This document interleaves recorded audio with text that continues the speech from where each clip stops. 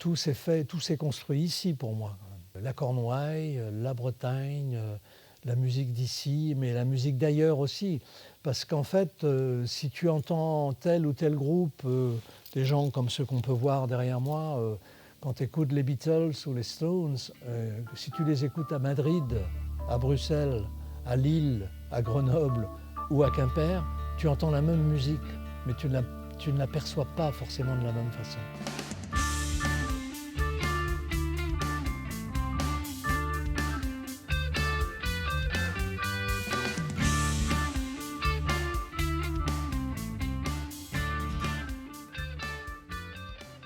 J'ai trouvé que c'était un endroit symboliquement le mieux choisi pour parler de guitare, dans un endroit où les guitares résonnent du matin au soir.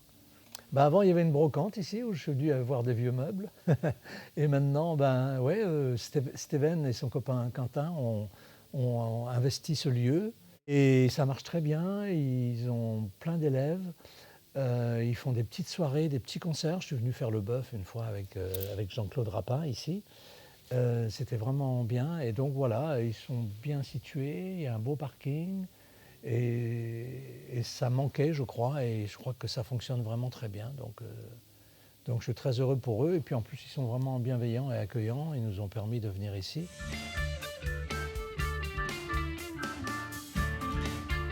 Je suis né à Quimper, très, très proche. Mon quartier d'enfance est à 10 minutes d'ici, le Moulin-Vert. Je dis toujours, je suis un peu de partout dans cette région qui s'appelle la Cornouaille. Les gens parlent du Finistère, moi je parle de Cornouailles. Il y a plein d'endroits magnifiques en Bretagne, mais cet endroit-là, pour moi, c'est un peu mon terrain de jeu, dans tous les sens du terme, de mon enfance. Bien sûr, les plages où j'allais avec mon petit seau et ma pelle, mais aussi ma guitare, quand j'ai commencé à faire des balles, ou jouer dans des kermesses, ou jouer dans des arbres de Noël. C'était souvent en Cornouailles, c'était ou dans le Pays Bigoudin, à Pont-l'Abbé, ou à Douarnenez. Et puis en plus, c'est vraiment magnifique, quoi. Tu fais 20 km dans un sens ou dans l'autre, à des endroits différents. Tu vas à Douarnenez, c'est un autre monde. La baie de Douarnenez a tombé de beauté. Tu vas du côté de Becmeil, du côté de Concarneau, du côté de Sainte-Marine, du côté du Pays Bigoudin. Tu as plein d'endroits différents. Et tout ça en 20 minutes de bagnole, quoi.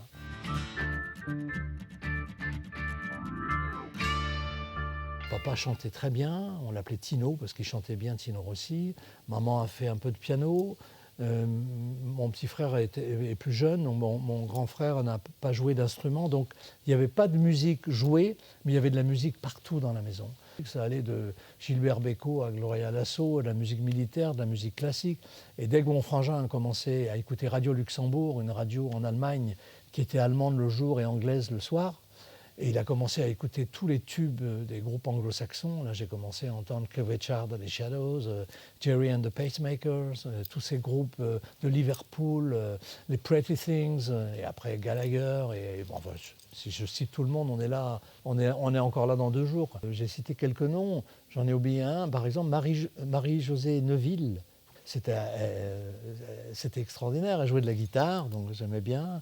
C'était un peu une John Baez un peu à la française, quoi. Et j'aimais bien ça j'aimais bien.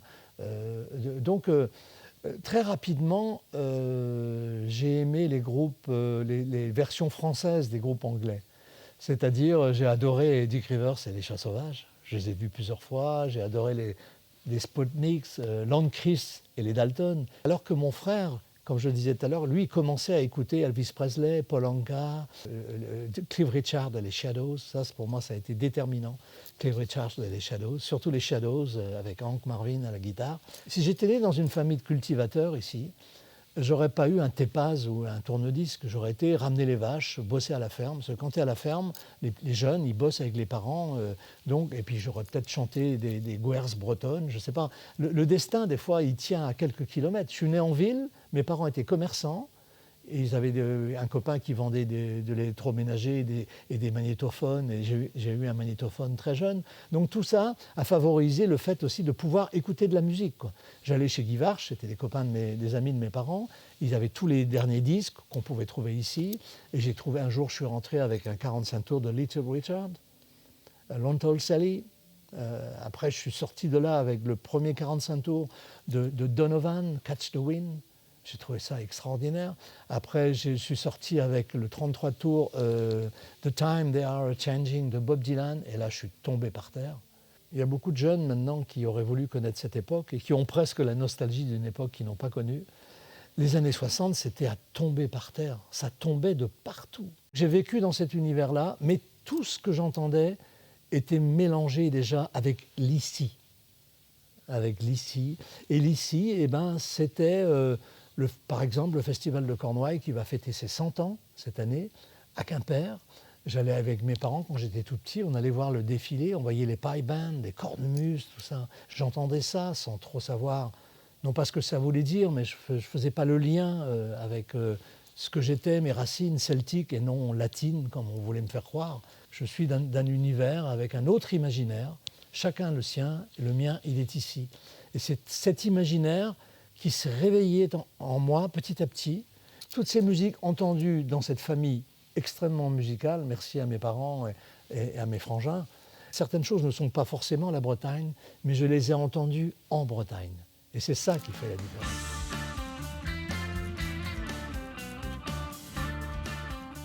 J'écoutais du rock, j'écoutais des groupes qui venaient de Liverpool, ou de Glasgow, ou de Dublin, et qui avaient des inspirations celtiques, mais je ne le savais pas. Il a fallu que quelqu'un me dise « Mais voilà, tu aimes cette musique parce qu'elle te parle, parce qu'elle est dans tes racines. » D'abord, Alan Stivell m'a dit « Tu aimes ces groupes-là parce que, comme par hasard, John Lennon et Paul McCartney, ils sont d'origine irlandaise. Rory Gallagher est irlandais, James Taylor est d'origine écossaise, Jimi Hendrix a des origines irlandaises, Keith Jarrett, le pianiste, a des origines irlandaises, etc., etc. » Quand Keith Richards dit que la musique celtique a largement influencé le blues, et il a raison. Il a raison. D'ailleurs, les Stones se sont beaucoup inspirés de la musique celtique. Et là, j'ai raison, je sais de quoi je parle.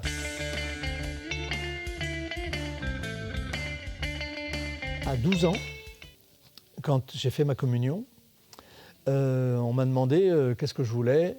Je te le donne en mille. Qu'est-ce que j'ai demandé? Une guitare.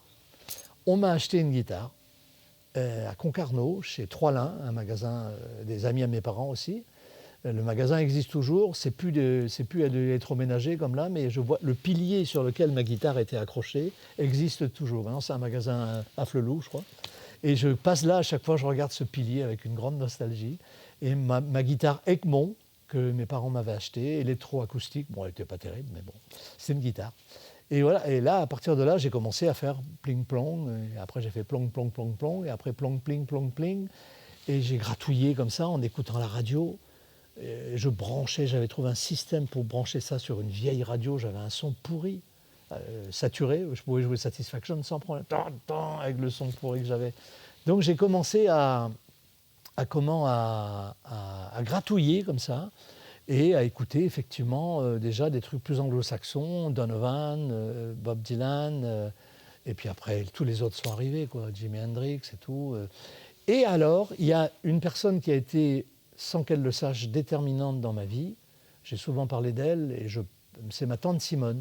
Et tante Simone, voilà, tante Simone était de Douarnenez. C'était une sœur de ma grand-mère. Tante Simone, la vie douarnenise ne lui plaisait pas. Je pense qu'elle avait envie d'autres horizons. Et elle voulait être coiffeuse. Donc elle est partie à Paris. Et toute seule, elle a monté son petit salon de coiffure à Pigalle, d'abord. Elle coiffait les prostituées, entre autres. Et puis après, elle s'est installée, elle habitait rue de Maubeuge, et son petit salon était rue Hippolyte-Lebas. Elle avait un petit salon de coiffure. Et tante Simone, c'était un ovni, quoi. Elle était rock'n'roll, elle fumait, elle était maquillée comme c'est pas possible, elle avait des cigarettes avec un fume-cigarette, un fume-cigare, là, et puis elle buvait du whisky. Et quand j'étais avec elle au restaurant, elle me faisait passer pour son gigolo, quoi. Elle me dit « Ah non, non, non, je suis son... » Elle me dit « C'est mon gigolo. » Je dis « Tante, t'as fini, non ?» Elle était drôle, quoi. C'était incroyable, tante Simone, quoi. Et mes parents m'autorisaient à aller chez elle. J'étais mineur, je prenais le train à Paris, souvent le train de nuit. C'était autre chose, hein. Il fallait y passer la nuit pour aller à Paris à l'époque. Et donc j'allais chez tante Simone. Et un jour, aller me promener autour de la gare Saint-Lazare, puisque la rue de Maubeuge, c'est dans ce secteur-là de Paris. Je suis allé aux Galeries Lafayette. Et je suis allé au rayon disque. Et dans le sous-sol des Galeries Lafayette, il y avait un rayon disque, à l'époque, qui était énorme. Maintenant, c'est peau de chagrin. Hein. Et donc, il y avait certainement un gars qui travaillait là, qui devait être un amateur de blues. Je me rappelle très bien, je regardais les albums, les pochettes sont souvent très importantes. Et dès que je voyais une guitare, j'achetais.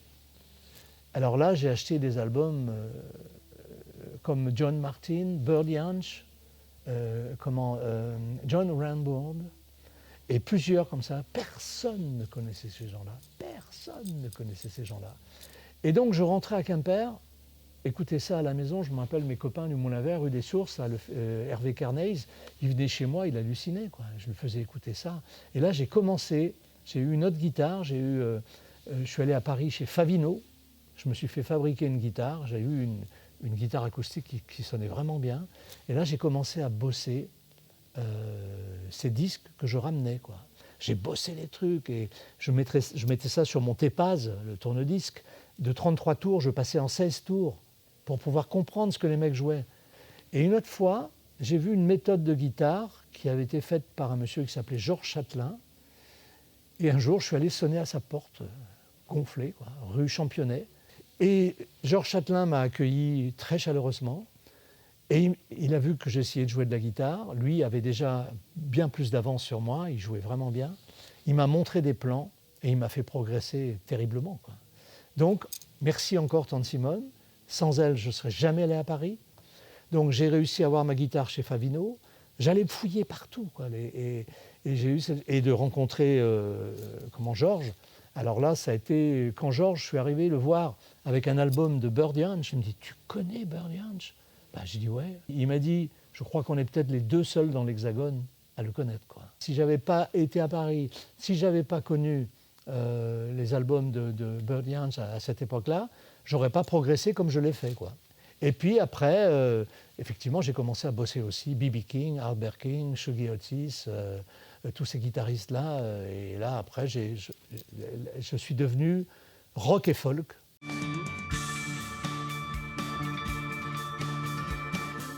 Et après, il y a eu aussi le fait qu'en Bretagne, on avait plein d'endroits pour jouer, quoi. Il y avait d'abord les patronages, des petits patronages, il y avait une petite scène, donc on faisait des soirées, on apprenait à jouer avec les copains. Après, on jouait dans des kermesses. Les kermesses, c'est une fête de village, c'est une fête de quartier, où il y a un bistrot, les gens jouent aux boules, aux fléchettes, ou tout ce que tu veux. Et nous, on animait des fois. Après, il y a eu les bals. Et ça, les bals, on est devenus presque des professionnels, quoi. La musique des bals en Bretagne, c'était le musette, en grande majorité. Mais avec la puissance de la musique anglo-saxonne, toute la place qu'elle prenait, les gens dans les bals commençaient à demander « Vous ne pouvez pas jouer des morceaux des Stones, des morceaux des... » Et là, les accordéonistes de l'époque, ils ne pouvaient pas à l'accordéon jouer des morceaux des Rolling Stones, des Beatles. Et donc, ces chefs d'orchestre-là, qui étaient quand même organisés, qui avaient un véhicule, des fois une remorque, et qui avaient ce qu'on appelle les contrats dans les salles de bal, et qu'est-ce qu'ils ont fait? Ils nous ont engagés, nous les jeunes, pour assurer cette partie rock dans les baluches. Et ça a été aussi déterminant. On a vécu une époque bénie, on jouait tous les week-ends, on gagnait le salaire d'un ouvrier, tous les jeunes qu'on était, quoi. Et il y a eu une période de bal qui a duré pour moi bien 5-6 ans, où j'ai eu plusieurs chefs d'orchestre et on jouait partout.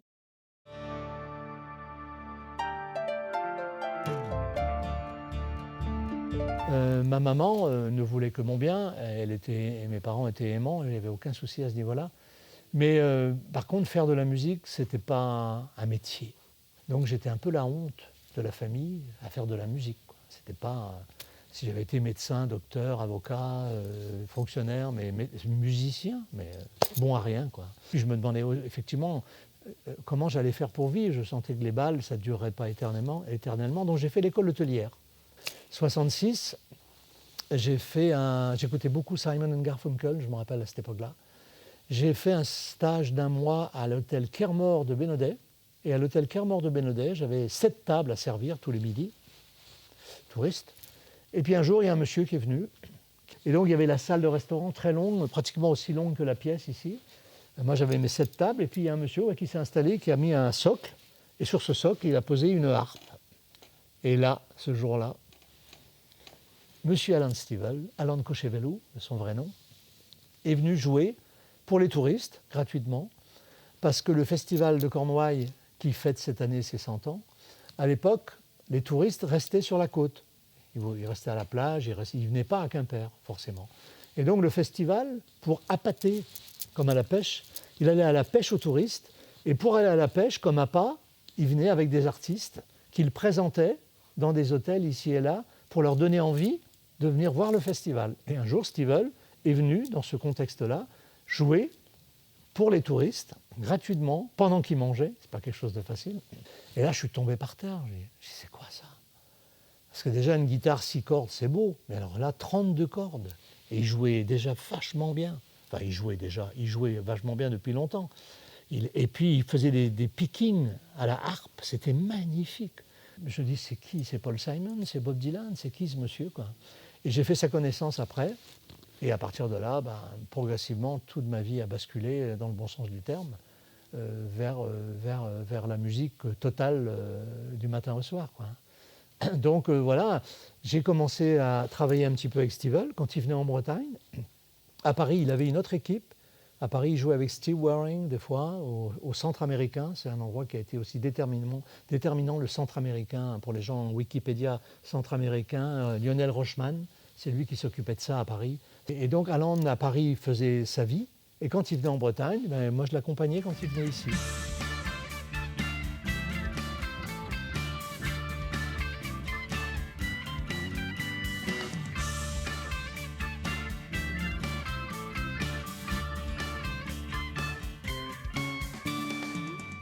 On faisait du bal ensemble avec Serge Derrien. Et puis, un jour, on a monté un duo, Serge et Dan. Et on a commencé à faire du Simon and Garfunkel, du Bob Dylan, des choses comme ça. Et puis ensuite, Crosby, Stills Nash sont arrivés. Et là, on est tombé par terre. Et Jean Nin est venu s'ajouter au duo. Donc c'est devenu Serge, Jean et Dan. Et on a fait du Crosby, Stills Nash. Et on le faisait pas mal du tout. Le premier enregistrement live que j'ai, 71, à Melvin, à côté de Concarneau. Et on joue des trucs de Crosby, Stills Nash, on dit Judy Blue Eyes, Helplessly Hoping, et on les joue vraiment bien. Le son est pourri, mais ça sonne vraiment bien. J'ai été très étonné, et c'est vrai qu'on avait bossé beaucoup. Et puis un jour, on a fait un radio-crochet au Casino de Bénodet. Et dans le jury, il y avait un monsieur qui s'appelait Gérard Baquet, qui était le rédacteur en chef de la revue Extra. Et Gérard Baquet a trouvé super ce qu'on a fait, il est venu nous voir, et ça lui a tellement plu qu'il a appelé un copain à lui qui s'appelle Laurent Thibault. Laurent Thibault était à Hérouville, au château d'Hérouville, et avait eu un budget par la maison de disques Phonogramme pour faire un double album. Et on a été invité à faire partie de cet album qui est mythique. Puissance 13 plus 2, 10 Français et 3 Bretons, Puissance 13 plus 2, et les deux c'était Steve Waring et Roger Mason. Il y a des gens de Macma, il y a Marcus Feld, Ergo Sum, Claude Angèle, et il y a Mort, la mère en breton donc. C'est notre premier enregistrement. On avait fait une matinée dansante à Concarneau, on a pris la route après avec ma 4L. On est arrivé au petit matin au château d'Hérouville, quand même. Premier studio dans lequel on met les pieds, le château d'Hérouville. On ne va pas se plaindre, quoi. Il y a eu Elton John, il y a eu les Stones, il y a eu Pink Floyd, on ne va pas se plaindre. On arrive là, on n'a rien fait pendant 2 jours que manger, boire et nager dans la piscine. Et puis à un moment donné, notre tour est venu, quoi. Donc on a été appelé en haut au studio. Michel Magne, le maître des lieux, un monsieur extraordinaire. Michel Magne est venu nous écouter. Et donc on a enregistré 7 ou 8 morceaux. Michel Magne assis, qui nous a applaudi et tout. Et 2 morceaux ont été gardés, et c'est cela qu'on entend dans cet album Puissance 13 plus 2. Et après, Laurent Thibault nous a signé chez Phonogramme, et on a enregistré au château d'Hérouville, rien que ça, l'album Station de Mort. C'était pas mon groupe, c'est un groupe dont les gens disent ton groupe, je dis non. C'était Serge, Jean et moi. Et après, Michel Santangeli était à la batterie, Richard Filstis à la basse, et il y avait Jean-Yves Le Floch au clavier. Puis le groupe n'a pas tenu, Ça s'est chamaillé un peu, et puis le groupe, on a fait un concert à Metz. On n'était pas contents et puis on a arrêté là, quoi. Donc le groupe s'est arrêté là. Et moi, de toute façon, je me suis retrouvé à l'Olympia juste après.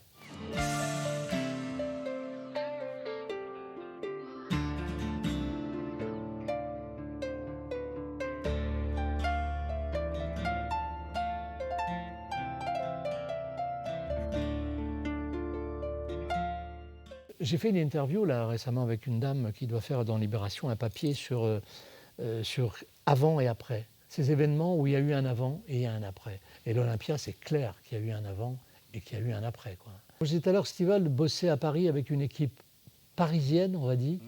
Et dans cette équipe parisienne, il avait Gabriel Yacoub et René Werner. Et quand il venait en Bretagne, c'est moi qui jouais avec lui. On s'est retrouvés après mon service militaire. J'ai recommencé à jouer avec lui. Et puis, Alan avait ce plan de folie de jouer un jour à l'Olympia, quoi, d'amener la musique bretonne à l'Olympia. Ce qu'il faut savoir, c'est que ça a été fait à l'arrache quand même, parce que je n'étais pas prévu à l'Olympia, moi. C'était Gabriel Yacoub qui devait faire la partie de Poplin, la partie de guitare. Stivell lui avait demandé mais Gabriel ne joue pas de guitare électrique. Donc, Stivell m'a appelé quelques jours avant l'Olympia. Michel Santangeli nous avait trouvé un contrat dans une boîte à Chantilly. Et donc Stivell m'appelle, j'étais à Boran-sur-Oise, c'est un petit bled à côté de Chantilly où on habitait. Il m'appelle au secours pour venir jouer à l'Olympia. Et voilà que je déboule 3 jours avant pour apprendre des morceaux que je ne connaissais même pas. Gérard Levavasseur à la basse, génial. Il y avait Gabriel Yacoub à la guitare acoustique, René Werner au violon, il y avait des joueurs de bombarde et tout ça, mais il n'y avait pas de batteur. Ben non, il dit, j'ai pas de batteur. Mais il faut un batteur. Ah bon, tu crois? Ben oui, 36-15, j'appelle Chantilly, qui c'est qui déboule? Santangeli. Et lui, il est arrivé la veille, je crois. Les gens rentraient dans la salle, on était derrière le rideau, on répétait encore. Et à un moment, moi j'ai dit, il faut qu'on arrête, les gens sont dans la salle, quoi. Un concert qui est devenu mythique, qui a été fait totalement à l'arrache. Il faut le savoir. Et on s'est retrouvés sur la même scène, sur les mêmes planches que les Beatles, que Jimi Hendrix, qu'Edith Piaf, que Jacques Brel, les petits Bretons avec notre musique qui ne valait pas un clou. Je n'ai pas réalisé ça sur le coup. Parce que j'avais assez à faire à bosser les morceaux, à les jouer correctement, et puis me demander ce qui se passe, quoi. Qu'est-ce qui s'est passé? C'est après que j'ai réalisé la dimension de cet événement. Donc l'Olympia, effectivement, comme disait cette journaliste, il y a eu un avant, il y a eu un après, quoi.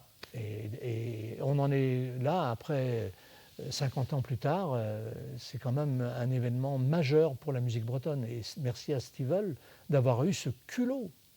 Voilà, donc l'Olympia, c'est un tournant dans la vie de beaucoup de gens et bien sûr dans la mienne, quoi.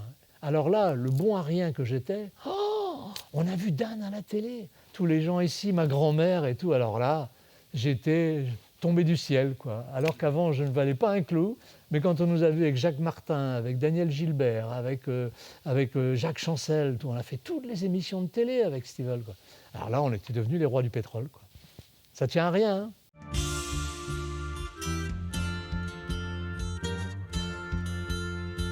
Gabriel a quitté Stivell au moment où Stivell était au top, ce qui est c'est très remarquable. Il aurait pu rester confortablement là, mais lui, il avait son idée, Malicorne, et il a mené, et il fallait le faire, quoi. Et oui, il a choisi de partir, et ça m'a paru très, très étrange, mais c'est le choix qu'il a fait, et le résultat, quand même, était grandiose, quoi. Avant Malicorne, il a fait Marie Yacoub et Gabriel, donc ils m'ont invité à faire quelques guitares, ouais. Donc je faisais partie de l'équipe un peu, on était en famille un peu, on se connaissait bien, quoi. Donc il y avait Alain Cloître, il y avait Gérard Lhomme, tout ça, et il a fait sa petite cuisine, et moi je suis intervenu sur 2 ou 3 morceaux, je crois. Ouais, 3. Non, c'est magistral ce qu'ils ont fait au niveau des voix, au niveau de la production aussi. Hugues de Courson a fait un travail d'orfèvre, comme il a fait sur mes premiers albums. C'est lui qui a réalisé mon premier album, Hugues de Courson. Ils ont fait un travail remarquable, quoi. Et c'est vraiment bien. Et j'étais très heureux de participer. J'ai dû jouer sur j'ai joué sur un autre album avec Santange aussi. L'extraordinaire Voyage. Tour de France. Ouais, la Tour de France, voilà. Ouais. Et on a joué dans un concert, dans une salle qui a cramé d'ailleurs, dans le sud de Paris, je ne sais plus comment elle s'appelait. Une grande salle, on avait fait un concert avec Malicorne, avec Michel Santangeli et moi. On avait été invités, quoi. Donc on a toujours gardé de très bonnes relations avec Gabriel, quoi.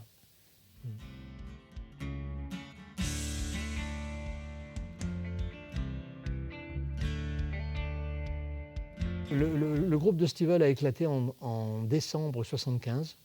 Ça s'est mal terminé.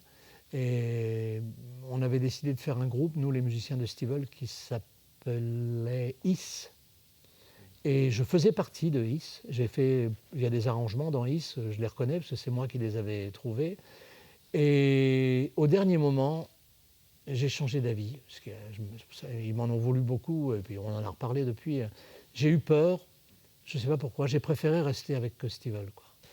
Et donc, je me suis retrouvé en 76, janvier, en tournée avec Stivell.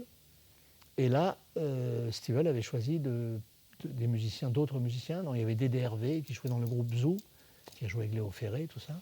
Il y avait le frère de France Gall, je ne sais plus son prénom, à la basse. Et il y avait Dave Swarbrick qui était au violon, de Fairport Convention. Et c'est comme ça que j'ai rencontré Dave Swarbrick. Et apparemment, mon jeu de guitare a dû lui plaire. Et cette même année, il m'a appelé pour faire partie du groupe Fairport Convention. Ça a duré 1 an, une petite année, mais ça a été super, hein. C'est là où j'ai pu tourner avec Birdie Hanch en Allemagne. J'avais mon héros qui faisait notre première partie. C'était extraordinaire. J'avais le guitariste des Galeries Lafayette, chez Ton Simon, là, que j'ai trouvé là. C'était lui qui était en première partie. J'en revenais pas, quoi. Je me dis, je rêve, quoi. J'ai pris des cuites avec Birdie Hanch, j'ai pris des cuites avec mon héros. Tu te rends compte, j'ai joué aux fléchettes avec mon héros. Si on m'avait dit ça un jour, effectivement, se retrouver au sein d'un groupe anglais, c'est quelque chose d'assez extraordinaire.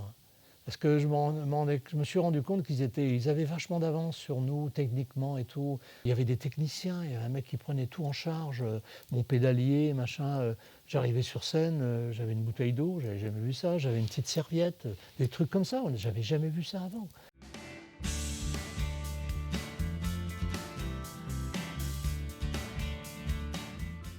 En fait, le premier album d'Orneves sort en 1977.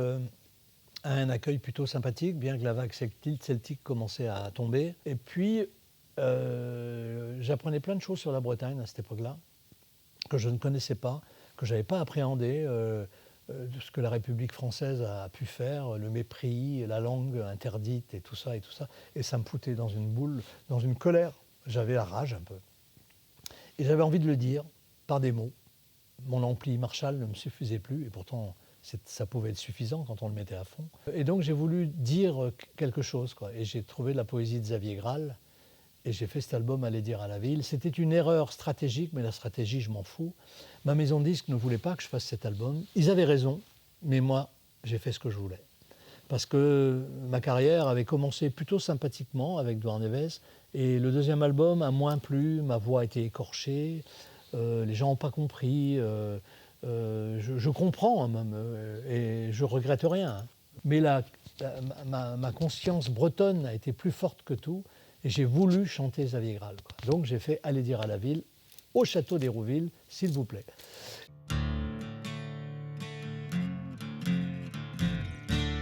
À partir d'Aller dire à la ville, ça a commencé à devenir compliqué pour moi. D'abord, il a fallu que je sois un meneur d'hommes, et je ne suis pas un meneur d'hommes. C'était très compliqué. Des fois, les concerts, on n'était pas payé. J'ai acheté un camion pourri. On est allé en Angleterre, en Espagne. Et aussi, j'avais le cul entre deux chaises. Des fois, mon troisième album, The Earth's Lament, était assez rock'n'roll. Même Aller dire à la ville était assez rock'n'roll. Sauf que j'étais l'ex-guitariste d'Alan Stivell. Donc les gens voulaient un peu de la musique plus proche du folk et tout. Donc quand j'allais jouer dans les festivals folk, je jouais des trucs trop rock. Quand j'étais des trucs plus rock, c'était pas assez rock. J'avais souvent le cul entre... J'étais pas sur la bonne chaise, quoi. À un moment donné, j'ai été obligé d'abandonner le groupe parce que c'était trop compliqué, quoi. Ça marchait pas assez. On gagnait pas notre vie. Puis j'en avais marre d'être le chef, quoi. J'ai rejoué avec le groupe de temps en temps, hein, parce qu'on a même fait le bœuf avec Rory Gallagher, des fois, des choses comme ça. Mais j'ai commencé à faire des concerts solo, quoi. Et là a commencé pour moi les difficiles années 80, où j'ai fait le tour de toute l'Angleterre, du Pays de Galles, de l'Écosse, du Danemark, d'Allemagne, de Belgique, de Suisse, d'Italie, d'Espagne, d'Amérique après. Et j'ai commencé à accepter tous les concerts qui m'étaient proposés, des petits concerts dans des petits clubs. Parce que là, j'arrivais au début avec ma valise et ma guitare. Après, j'amenais un pédalier et ma guitare électrique. Mais au début, mes premières tournées en Italie, j'arrivais avec ma valise et ma guitare acoustique. C'est tout ce que j'avais, quoi. Et donc là, ça a commencé ma traversée du désert des années 80. Ouais.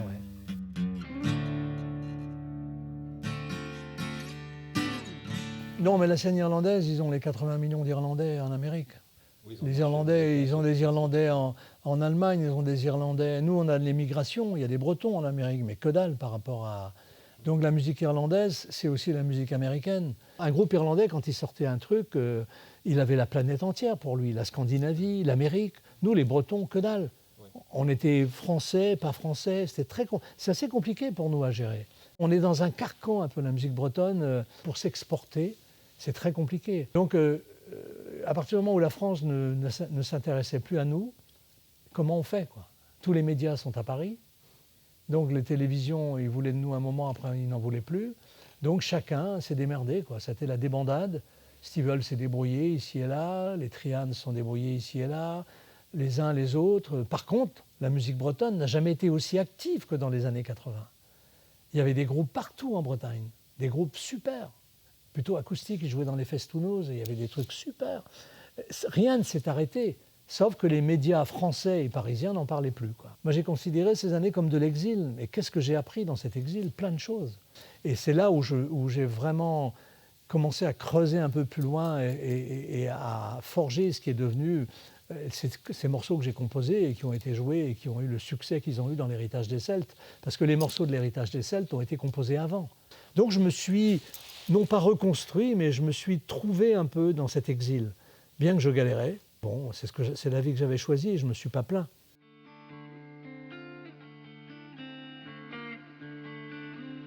Début des années 90, j'ai commencé à mieux gagner ma vie parce qu'il y avait quelque chose qui revenait en Bretagne, quelque chose qui se passait. Des choses que tu ne peux pas définir comme ça, c'est pas quelqu'un qui ouvre une fenêtre, non, ça s'est fait progressivement. Il y avait un intérêt qui renaissait, le public qui revenait, et j'ai commencé à travailler plus en Bretagne, ce qui m'arrangeait, parce que je gagnais mieux ma vie en travaillant ici. Et je me rappelle, je faisais tout seul en solo des salles de 500-600 personnes. C'était énorme pour moi à l'époque, quoi. Et donc, comme j'ai commencé à gagner un peu mieux ma vie, j'ai décidé de produire des albums. J'avais un projet qui était grand public, que je n'ai jamais fait. Je me dis, j'ai ce projet grand public, je vais essayer de le proposer à une grande maison de disques un jour. Je rêvais, hein. On a le droit de rêver, ça fait. Mais si je le propose et si on l'accepte, je vais être piégé par un contrat. Et tous ces albums que je voudrais faire, je ne pourrais pas les faire. Donc, j'ai décidé de faire 6 ou 7 albums dans les années entre 91 et 93. J'ai produit moi-même 6 ou 7 albums, je ne sais plus combien, dans lesquels il y a des morceaux qui ont servi à l'Héritage des Celtes. Et j'ai produit ces albums, distribués par un petit label à Quimper. Et les concerts commençaient à bien marcher. Donc ça allait quand même un peu mieux, quoi. Un peu mieux, je respirais un peu. J'avais arrêté d'aller en Amérique, j'avais arrêté de faire ces tournées incessantes en Angleterre. Donc ça me plaisait quelque part aussi. Mais... Donc j'étais au pays. J'ai travaillé un petit peu en France. Enfin, Jean-Marie Renard, qui était un agent, qui fait partie du groupe Gwendal, Jean-Marie m'a trouvé des concerts dans l'Est de la France. C'était incroyable pour moi, jouer en France. La France qui voulait plus de nous. J'ai joué en Normandie, Gérard Viel, un copain qui avait un petit cabaret, et il m'a fait travailler dans les années 80 aussi. Mais lui, il m'a fait travailler en Normandie, donc j'ai travaillé quand même un petit peu en France dans ces années difficiles. Mais au début des années 90, il y avait quelque chose qui se passait, ouais.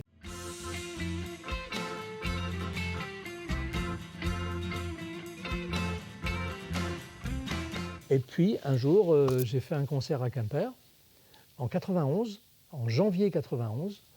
Je voulais pas trop le faire parce que jouer chez moi, j'aime pas trop ça. Ici, j'aime bien raser les murs, j'aime pas trop avoir mon nom sur les affiches, j'aime bien la faire discret. Ce concert marche bien, et dans la salle, il y avait un monsieur que je connaissais, qui s'appelle Jacques Bernard, qui a fait plein de métiers, mais qui était dans le son, qui a travaillé dans un magasin de hi-fi, qui a enregistré des albums. On avait fait un album avec Patrick Mollard dans les années 80, c'est Jacques Bernard qui l'avait enregistré. Et Jacques était programmateur du festival de Cornouailles. Le concert lui a plu. Il me dit, Dan, j'aimerais bien que tu fasses le final avec cette formule-là. J'aimerais bien que tu fasses le final du festival de Cornouailles, 91. Donc nous voilà engagés sur la grande scène du festival pour faire le final. Et il me dit, je crois que ce serait bien que tu joues avec le Bagat de Quimper. Tu crois, ils ne vont jamais vouloir ou... Donc Jean-Louis Hénaf et Juan Ropars, les penn-sonneurs, hein, qui jouent à la bombarde et l'autre la cornemuse, on se rencontre et on commence à travailler ensemble. Et on fait ce concert avec un mini Bagat, pas tout le Bagat, une formation, il devait être une quinzaine, je crois. En général, ils sont 40. Étonnamment, un gros succès. C'était en 91. Et en 92, le même Jacques Bernard, toujours programmateur du festival, me dit, Dan, j'ai une idée, j'aimerais bien t'en parler. Puis on se rencontre. Et à partir de ces rencontres, de ces discussions, est venue l'idée de me faire un truc interceltique dont j'avais rêvé, moi, dans mes galères des années 80. Je rêvais de ça. Et là, il me propose de le réaliser, quoi, d'être le fédérateur des Irlandais, des Gallois, des Galiciens et des Écossais et des Bretons. Et on fait ce concert. Voilà. Donc c'était en 93. C'était un concert unique. Il n'était pas question de faire un deuxième concert, pas question d'enregistrer quoi que ce soit. Un concert. On fait un concert et ça bat tous les records, quoi, d'affluence, de succès. Et après ça, le public a plébiscité Jacques Bernard pour lui dire, c'est pas possible, tu ne peux pas en rester là, il faut faire quelque chose, quoi. Donc il a trouvé 2 collègues, ils ont cassé leur tirelire, mis un peu d'argent ensemble, et avant même d'avoir pris contact avec une maison de disques, il nous envoie à Dublin, à Windmill Lane, le studio le plus prestigieux de Dublin, U2, Rolling Stones, le plus cher aussi. Il nous envoie là-bas, on commence l'enregistrement, et entre-temps, il connaissait le directeur de chez Sony, Olivier Montfort, et donc il a appelé, il a dit, voilà, j'ai un projet, j'ai amené tout le monde à Dublin, là, un truc qui s'appelle l'héritage des Celtes, est-ce que tu serais partant? Olivier, je ne sais pas ce qu'il a dit dans un premier temps, en tout cas, il est venu à Dublin, il est venu écouter les premiers enregistrements, et il a dit, ok, on signe. Donc là, la machine Sony a pris le train en route, mais dans le bon sens du terme, quoi. Donc voilà un peu comment se sont déroulées les choses.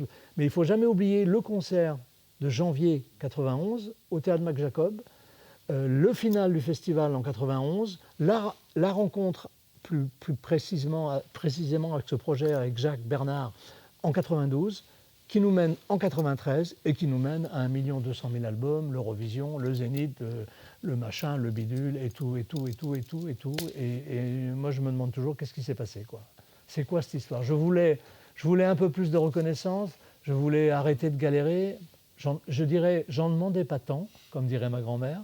Et donc voilà, cette récompense absolument incroyable, voilà, dans une major, où on prend soin de moi, et c'est ce que j'avais besoin, quoi. D'être vraiment pris en main, et j'ai adoré cette période. J'ai vraiment aimé cette période, ouais. Après, bon, ça n'a duré qu'un temps aussi, parce que toutes les choses ne durent qu'un temps. Mais ça a été une période incroyable.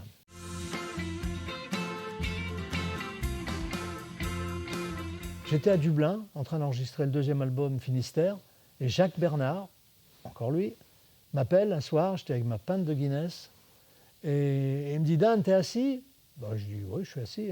Bon, écoute, je voulais te dire un truc, là, vous allez aller à l'Eurovision. Je dis, oui, c'est ça, fous-toi de ma gueule.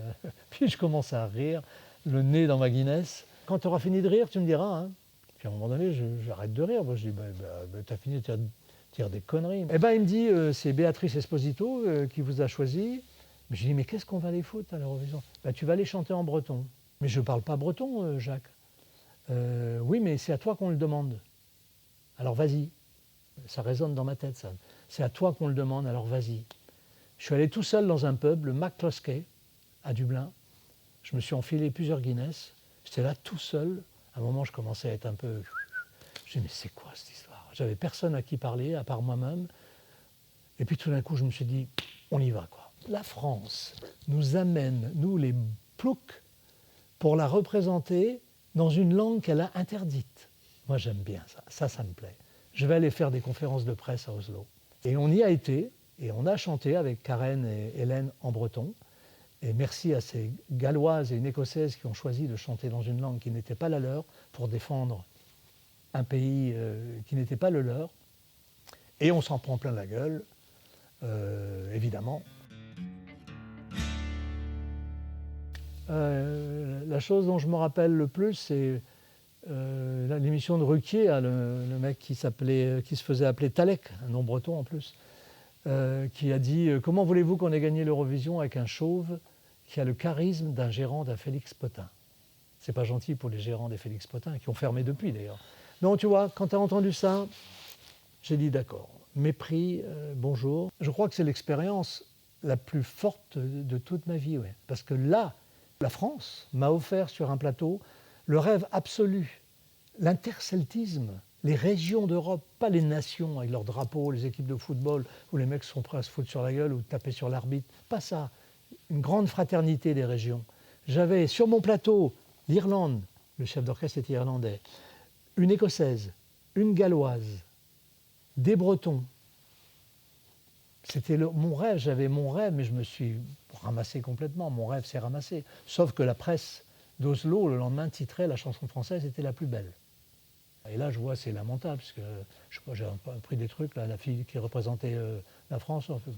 Là, on voit bien que ça devient vraiment n'importe quoi. C'est de la géopolitique, je le savais déjà avant, mais on a été jugé à cause des essais nucléaires du Mururoa, mais je l'ai déjà dit. Et puis ceux qui disent « Ouais, tu dis ça parce que… » Mais on s'en fout, on n'a jamais vendu autant d'albums qu'à cette époque-là. On n'a jamais vendu autant d'albums. On avait 2 victoires de la musique. Qu'est-ce qu'on avait des concerts, on remplissait les salles. Donc je regrette alors, certainement rien, ni aller dire à la ville, ni l'Eurovision.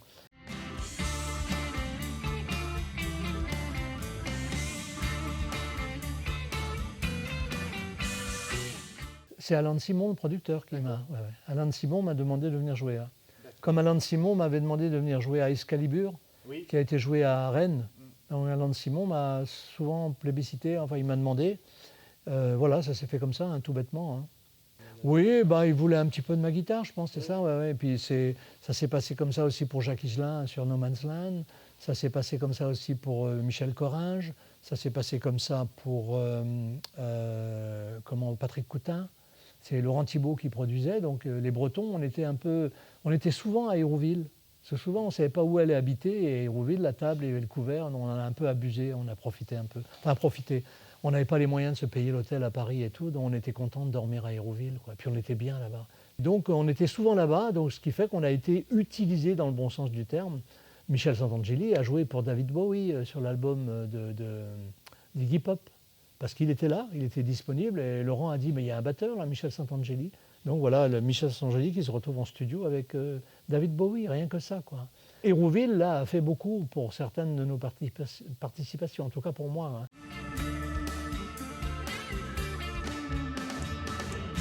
Pour les guitaristes, on est tous frappadingues. Hein. On est tous frappadingues, je me rends compte de mes collègues, quand on parle ensemble, ça me rassure, parce qu'ils sont comme moi. Quoi. La musique, c'est la locomotive, et les wagons, c'est les guitares. Quoi. Donc, attends, on a un train électrique, mais on rajoute plus ou moins de wagons. Quoi. Des fois, le train est très long. Quoi. Après, il faut de la place, parce que, non pas pour les guitares, mais pour les étuis. C'est les étuis qui prennent de la place.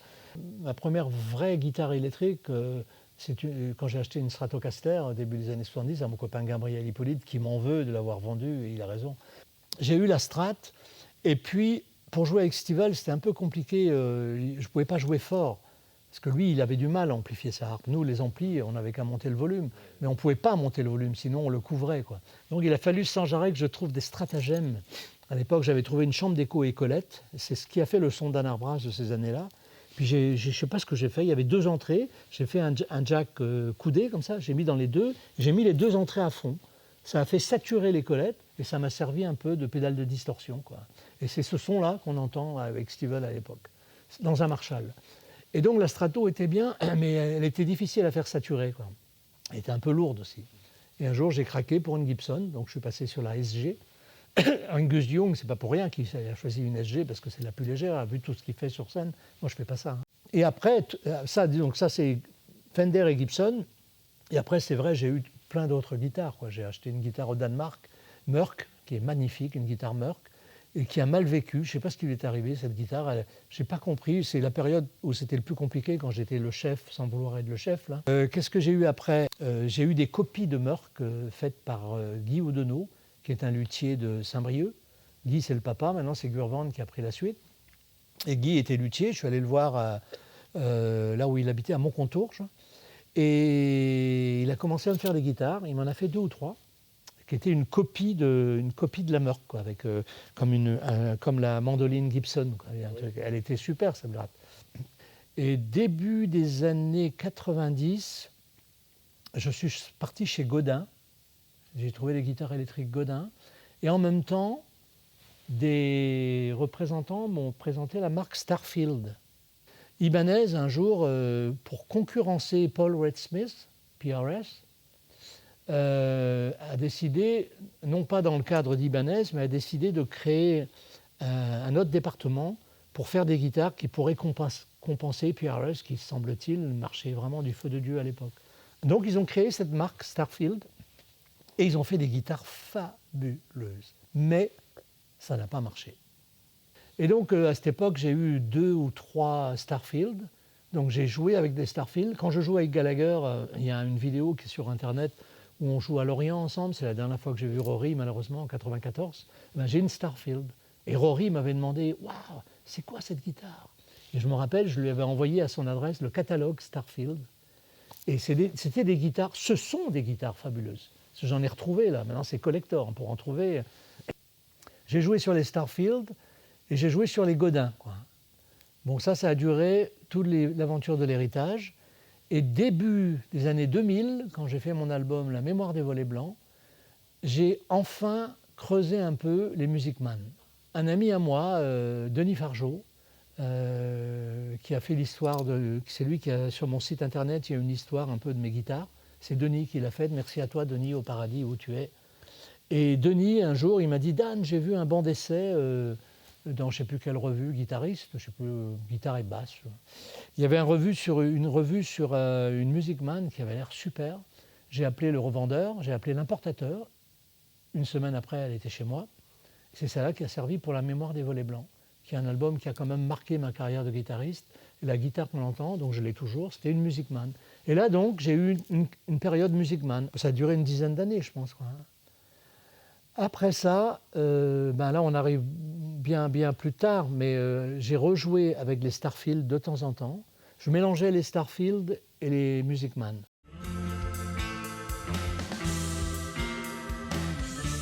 Je voulais commencer l'album par Poplin, qui est le morceau emblématique de l'Olympia en 72. Je me suis dit, tiens, il faut vraiment que j'essaye de jouer sur Strato, quoi. Donc j'ai cherché. J'en ai essayé, j'en ai ramené les guitares. Je ne trouvais pas, j'y arrivais pas. Puis un jour, il y a une qui est arrivée et j'ai dit « Waouh, là, il se passe quelque chose ». C'était une américaine avec un manche vraiment agréable, avec un son acoustique super en frêne. Et à partir de là, je ne sais pas comment j'ai fait, mais j'ai recommencé à jouer avec Strato. Ce que j'aurais jamais imaginé. J'ai monté les micros Kinman qui sont absolument fabuleux, qui ont une pêche et les micros, ils font beaucoup aussi quand même, le frêne, les micros. Donc voilà, et j'ai retrouvé les Strato, j'en ai acheté plusieurs. Et les dernières années, je n'ai joué qu'avec Strato. Et là, au jour d'aujourd'hui, j'ai été obligé, non pas, j'aime pas le mot abandonner, mais j'ai quelques soucis, je rajeunis pas, quoi, hein. Je jouais trop haut, j'ai toujours joué très haut, et quand je vois des guitaristes qui jouent haut, maintenant j'ai envie de leur dire baisse la voilure un peu parce que tu vas avoir des soucis, quoi. Avant, je jouais comme ça, maintenant je joue comme ça, quoi. Ce qui fait que ça change tout, quoi, tout. C'est-à-dire que les stratos ici, pour arriver en haut du manche avec le côté anguleux des stratos, que je n'aime pas, mais quand je suis comme ça passe. J'arrive à atteindre. Mais quand je suis comme ça passe plus. Donc je suis obligé de jouer comme ça. Ce qui fait que les stratos, j'ai arrêté de jouer sur les stratos parce que cette position-là ne convient plus. Donc qu'est-ce que j'ai fait ? J'ai repris mes Starfield, qui ont des manches plus petits, qui ont un accès à l'aigu absolument... tu as l'impression d'avoir un 9. Et donc je rejoue maintenant avec les Starfield et les Music Man aussi. Et je voudrais rajouter aussi, c'est que Guy Oudonneau ne fait plus de guitare, il est à la retraite, il a bien mérité. Gurvand s'occupe maintenant du magasin. Et il y a Lucas, un des employés, qui est luthier aussi, qui travaille chez lui, qui fait des guitares. Et il en a fait une récemment que j'ai ramenée à la maison. Donc c'est une guitare unique, collector, avec un accès aux manches, légère et tout. Voilà, donc Donc j'ai ramené une autre guitare. Ça ne s'arrête jamais, quoi. Et il y a aussi une chose qu'on n'a pas évoquée, parce que là je suis resté dans le cheminement électrique, mais il y a aussi un cheminement acoustique où j'ai eu un luthier qui était fabuleux, Didier Pavie, qui m'a fait des guitares extraordinaires. Un jour, il est venu sonner à ma porte, il m'a présenté une de ses guitares, j'ai trouvé ça fabuleux, et j'ai fait un beau chemin avec ces guitares. Je crois que c'est la guitare acoustique avec laquelle j'ai joué le plus d'années. Toutes les années 80, j'ai traversé la Terre avec 2 guitares Pavie magnifiques qui avaient un succès fou partout où je les jouais. J'ai eu les Pavie, et les Pavie ont vieilli, elles aussi, comme je parlais de la guitare danoise, Mörk. Et après, ça a été la quête du Graal. Les guitares Pavie me plaisaient tellement que j'ai essayé plein de guitares sans jamais trouver l'équivalent de ce que faisait Didier. Et un jour, Guy Oudinot m'a présenté les guitares Boucher, de Robin Boucher, qui est au Québec. Et là, j'ai trouvé mon bonheur. J'ai retrouvé autre chose que Pavie, mais le même esprit que les guitares Pavie, avec des caisses pas trop profondes, petit corps, toujours pareil, l'épaule, le confort, quoi, hein. J'ai aussi une Maton qui est très bien, j'ai une Maestro, mais les Boucher, je n'en fais qu'une Boucher, quoi. Elles sont vraiment fabuleuses, les nouvelles en plus, avec les tables torréfiées. Là. C'est des guitares, en fait, c'est des guitares pour les vieux. C'est des guitares qui sont vieillies avant l'âge. Tu as une guitare neuve, mais c'est comme si tu avais une guitare de 15-20 ans. Le fait que la table soit torréfiée, ça lui donne un son de guitare vieillie. Et à mon âge, j'aurais plus le temps de faire vieillir des guitares. Donc voilà, en électrique, comment je reprends un peu les Starfield, un petit peu les Music Man et les Boucher. On va dire que c'est ces guitares-là et la guitare aussi de Lucas avec des P90. Voilà un petit peu mon attirail. Mais il y aura peut-être d'autres trucs, mais je pense qu'il faudrait quand même se calmer là, avec le temps.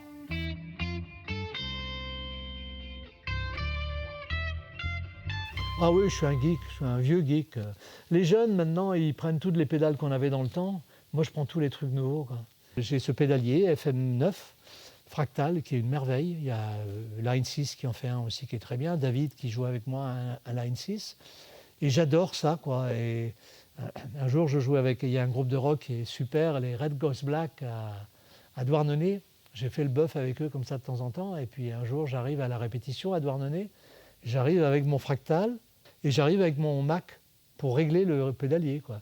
Et tonton Dan, qu'est-ce que tu fous là? Ben, je règle mon pédalier. Alors eux, ils étaient là avec les pédales vintage, les guitares vintage, et moi, j'étais que avec des trucs. Je suis pas très vintage. J'aime bien, je sais que, mais je préfère presque les guitares d'aujourd'hui, quoi.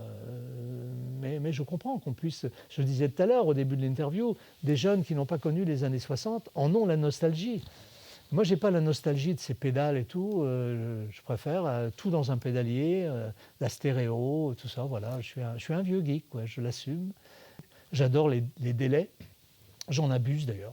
J'utilise le délai tout le temps, je ne devrais pas, mais c'est plus fort que moi. Ça, c'est Hank Marvin qui utilise. Ça, c'est Pat Metheny, c'est de leur faute à eux, qui utilisaient des délais. Donc moi, j'en mets partout. Rory n'aimait pas ça, il met rien. Il y en a beaucoup. Jeff Beck, il n'avait pas de délai ni rien, quoi. C'est direct. Il disait d'ailleurs que toutes les pédales, ça pourrissait. Il fallait juste une guitare et un bon ampli. Keith Richards dit ça aussi. Pouf, une bonne Strato ou une Telecaster dans l'ampli direct. Mais bon, les effets, c'est bien quand même, quoi. Mais moi, c'est vrai, j'aime bien les reverbs, j'aime bien les chorus, j'aime bien l'espace, quoi. Et le délai me donne de l'espace et j'en abuse, ouais. Je sais que j'en mets trop, mais c'est pas grave. Puis à mon âge, je fais ce que je veux, hein. Bon, je peux me permettre, hein.